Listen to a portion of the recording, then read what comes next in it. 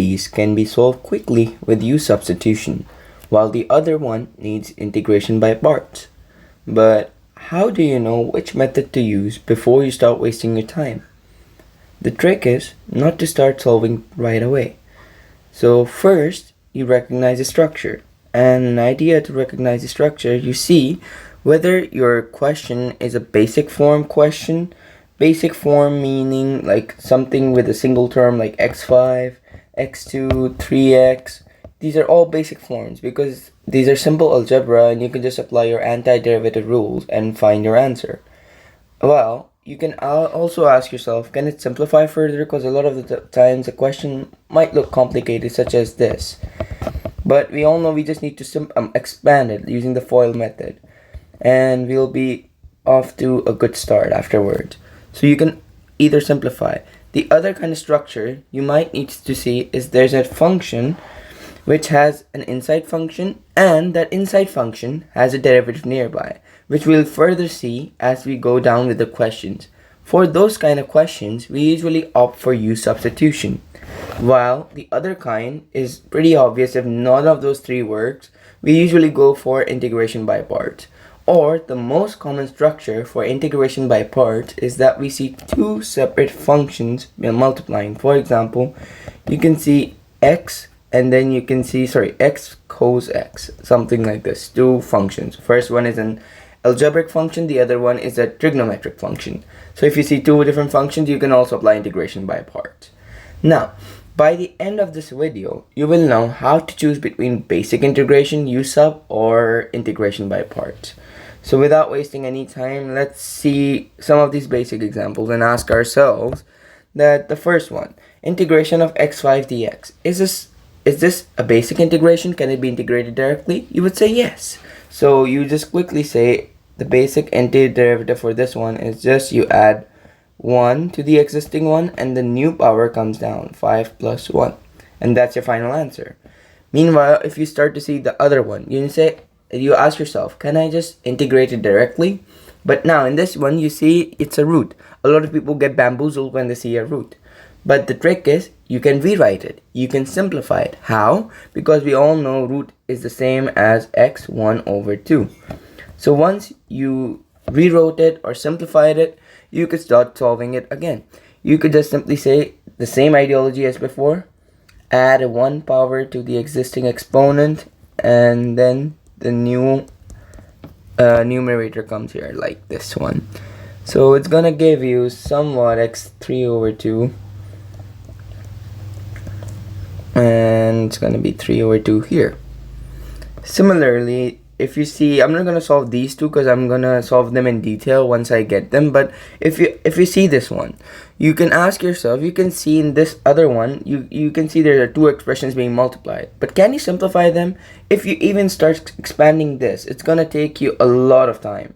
So that's why you opt for U-sub. Why? Because you see an inside function which has a derivative outside. And now just to show you what I'm saying, if you see we have x squared plus 1, it's an inside function. And if I integrate this, d over dx, this thing, you'll get 2x, and that's it. And guess what? You see this 2x being here. So an inside function whose derivative is outside somewhere. Then you apply U-sub. So this problem would be directly solved by U-substitution. While the other one, now in this one, if you see x, you can also see e of x. They're both being multiplied. In short, an exponential equation multiplying an algebraic one, which is x. So now, if you even say, like, what if I just say e of x can be the derivative, like I could just simply differentiate e of x, d over dx. But guess what? Even after that, you still get your ex, and there is no other ex outside. So in this one, there is no inside function which has a derivative outside. So that's why you straight up go to integration by parts, because there are two different functions and none of them have any derivative outside, inside, or no matter anywhere. Make sense? So you just straight up go to integration by parts. That was our decision tree in action. Now, how to do all of these things, I'm gonna dive in these ones. First of all, basic integration has the same idea I showed before. You add 1 to the existing exponent, 5 plus 1, and then the existing exponent plus the new one, plus the 1, comes here. So it's gonna be 5 plus 1. And then you'll have 1 over 6, x6.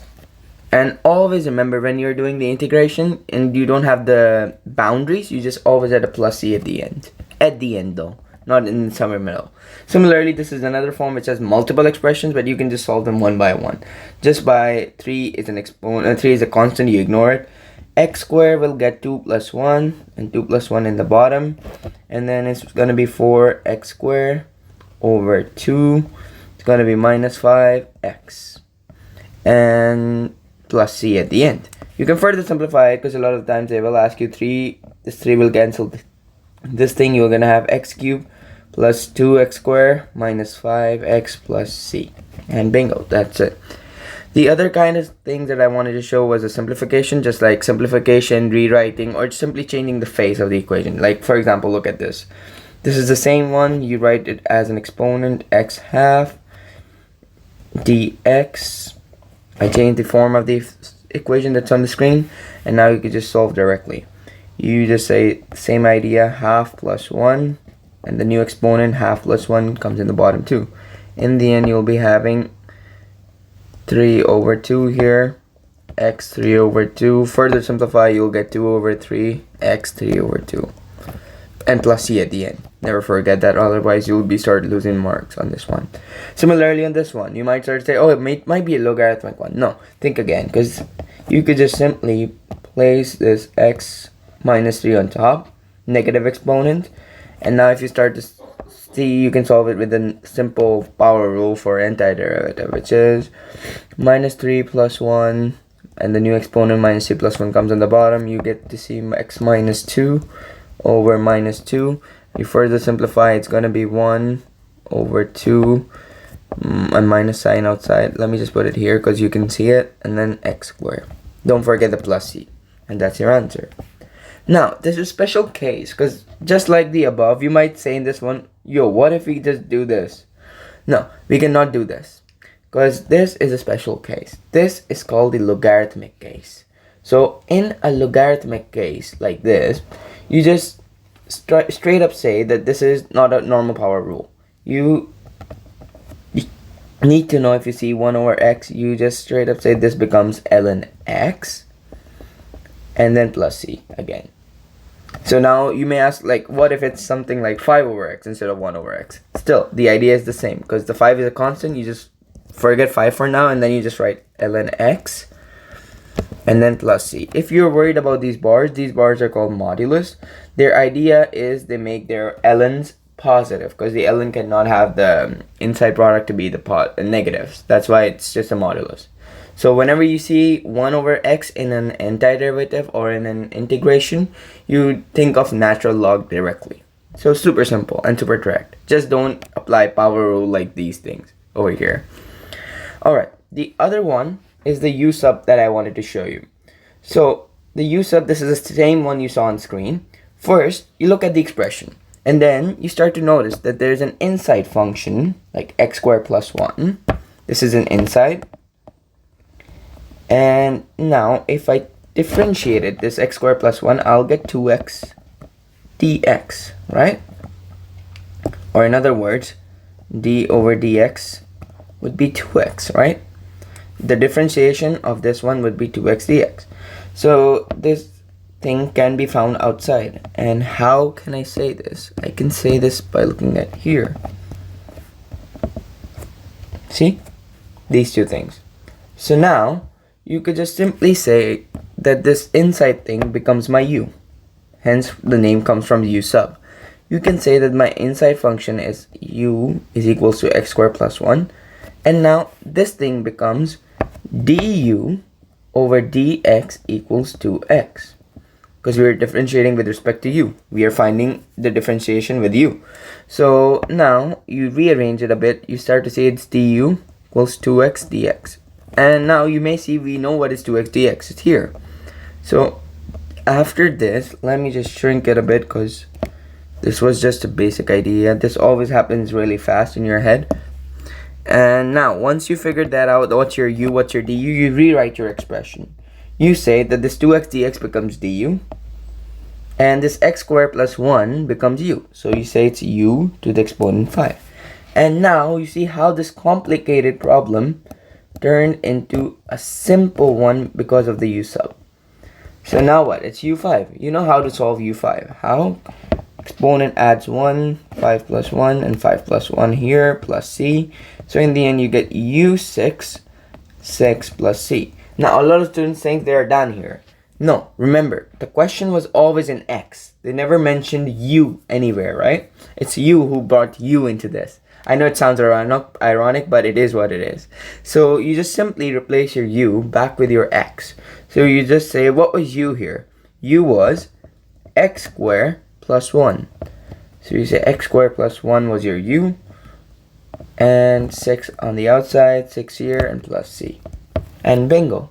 There you have it. That's how you do a u-sub.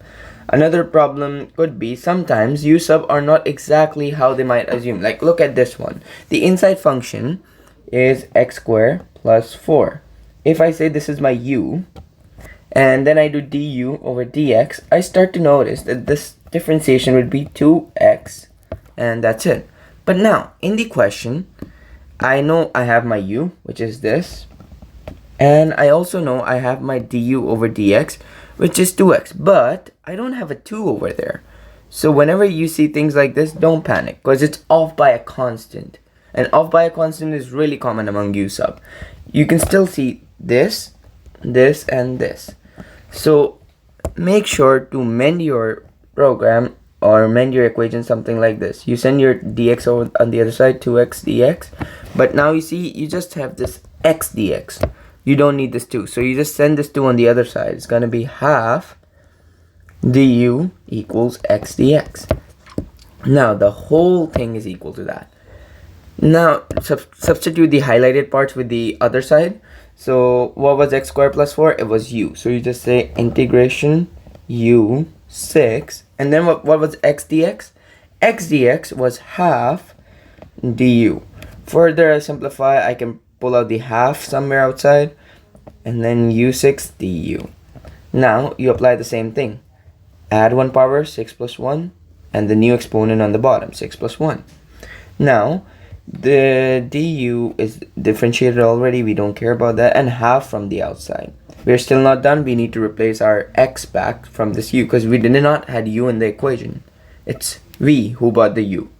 So now it's just gonna be half. My u was x squared plus 4,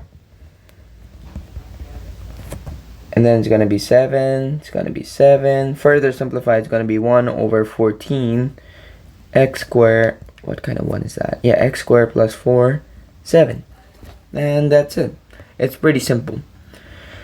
Another times question might look hard like these, but trust me, it's always there to just like catch you off guard. They are not at all hard. They just look hard. Like, look at this one. If you see there's an inside function called x cubed minus 5x plus 1. Now, if I, for instance, call this u, you can start noticing 6 cubed minus 5x plus 1. If I differentiate it du over dx, I get 3x squared minus 5. And if I notice carefully, this is my u, while 3x squared minus 5 dx here too is here outside. So it's a simple u-sub. And now you'll see how this big problem, which a lot of people might start to think you need to do by parts or you just need to start expanding it. No, it could be done simply with a u-sub. It's gonna be happening like this. You just say this du is your 3x squared minus 5 dx. This is outside, and while this is u, so you say u exponent 8, and 3x squared minus 5 dx becomes du. Just straight up substitution with the highlighted places. So now if I further solve this, it's going to be u9 over 9. And now remember, you need to replace your u back, because u was brought by v. So it's going to be x cubed minus 5x plus 1, 9 over 9. And in all of those intensities, we always forgot to add plus c in all of our previous questions, like plus c, and yeah, we're good. So don't forget the plus c at the end, otherwise you might start to lose 1 mark. Okay, the last final part of the section is integration by parts. So for the integration by parts, you need to know that whenever you see two things being multiplied, two different functions being multiplied, you can apply integration by parts. And it goes like integration u dv uv minus integration v du. Now, this might look really hard, but it's just simple replacing things with the u, v, dv, du. So how do we do that? So the idea for this one is that we first need to know what is our u, what is our dv, what is stuff like that. So whenever you're solving this, you first choose your u and dv out of these two things. Now u is the one which is going to be integrated later. So you can just choose anything. You can just choose x right now. V can be e of x, and sorry, it's going to be dv. Now, we all know this u will get differentiated. That's how we'll get our du. So if you do du, what are you going to get? You're going to get 1. And similarly, if I get 1 dx, du over dx will be 1 dx. And now similarly, if you integrate this, dv, you'll get v. The integration of e of x is still e of x. So my v will be e of x. Now guess what? You got your 4 components for your story. You got your u, which is this. You got your v. Wait, why am I choosing the same color? You got your v, which is this, and then you got your du, which is this, and finally the last part was dv, which is here, and you got this. And it's pretty simple. Now you have every part of the formula you need to replace with. So I applied that. Let me just kind of minimize this, because I don't know, while planning I did not allotted a lot of space for these kind of things, but though I should have. So once you figure out what's your u, v, du, dv, it's pretty simple. So let's just say it was integration u dv. So integration u dv. So u is x, e of x. This was indeed the question. Now the answer for this one would be uv, which is x ex, minus integration v du. V is ex, du is 1 times dx, which is simply dx. Now you just simplify this, it's going to be x e of x, and integration of e of x was again e of x, so minus stays there, it's e of x. And if you just further simplify, you can just pull out e of x. It's going to be x minus 1 plus e. That's your answer. Simple. If I went by super fast, you can pause it, rewind it, rewatch this example, or I'm going to do another one down there with a different kind of by parts. Again, you start to see this thing, another problem. Now, this one I showed you, this one doesn't have a u-sub property. Like there is no inside derivative which has a derivative outside or even nearby. So these kind of questions are again product having 2 types, algebra and trigonometric. X being the algebraic part, sin x being the trigonometric part. So first, same idea. Choose your u and use your dv. So the u is always the easy one which you can simply differentiate. So it's going to be x, while dv is the one which you can integrate easily, which is sin x dx. And now you first find your du over dx, which is 1. The further you make du is 1 times dx, just like the previous question. And similarly, you integrate this, you get v is, what is the integration of sine? It's minus cos x. And then bingo, you got your 4 components here. One of them being here, the other one being here, the other one being here, and the last one being here. Now simply put that in the formula, which is uv, u is x, v is minus cos x, so minus cos outside, minus cos x, minus integration v du. What was v in my thing? V was minus cos x. So minus cos x. And what was my du? V du was 1 times dx, which is simply dx. Now, if I further simplify this, it's going to be minus x cos x. This minus minus will make plus cos x dx.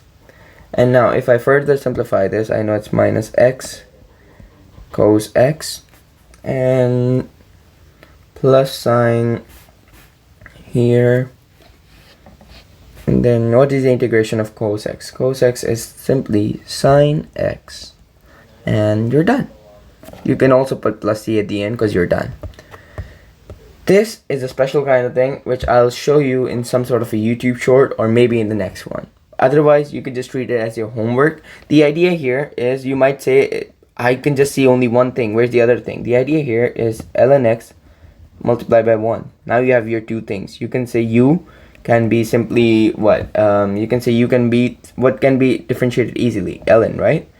While dv can be 1. And then you go further and do the same thing, and in the end you'll get your answer to be, I'll just give you the hint. The answer for this kind of question is x ln x minus x plus c. So see if you could solve it on your own. Otherwise, I'll post a video or a YouTube short or whatever for this one. This is a classic integration problem which uses ln x to be one thing. A lot of students just need to know that you can just choose 1 multiplied by ln x to be something.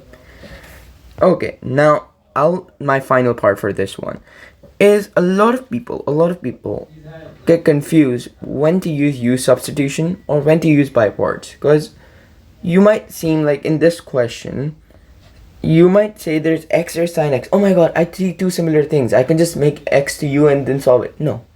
The idea here is not the same.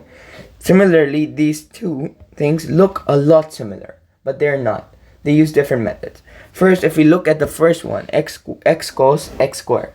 In this one, you see an inside function being x squared. So if you say u is x squared, and you find your du over dx, you can say it's just simply 2x. And further, if you do half du equals x dx, now you can make it completely as a u sub. How? Because this becomes your u and this becomes your x dx here. And now you can just simply solve it using the U-substitution. While on the other hand, if you look at this one, x cos dx. If, for instance, let me just show you the wrong method first. If somebody gets smart and they say u can be x and du over dx can be simply 1. So in this one, I know you can say this is your u, this is your u, and then you can say this is your dx, this is your dx, but guess what? You'll always be left with this x. What are you going to do with this? You cannot have x and u at the same time, right? So there's no point of using U-substitution in this one. For these kind of thing, we just straight up use by part. And the idea for the by parts is the same, which was x sine x. You could just simply say your u could be x and your dv could be cos x. Now, another question people ask me, like how to know which one to you choose u and which one to use v for the integration by part. Well, the idea here is we have a short trick called liate. Now you can either Google this liate or I will post a YouTube short. We apply the liate method to choose u. Choose u in by parts. This liate method tells us what is our u gonna be like, and it's super simple. You can either Google it or I'll just post a YouTube short later. So for now, the most important thing is just don't guess. Recognize the structure, the same structure that I showed you on in the start, like here. If you know the structure, you're never gonna get bamboozled on what's gonna happen. So if this video helped you choose between U-sub and integration by parts, like this video and share it with your friends or classmates, whoever is struggling with this integration. Also comment below what other topics confuse you the most, and I'll use your comments to decide which video to make next. Thank you very much for watching. Have a good day.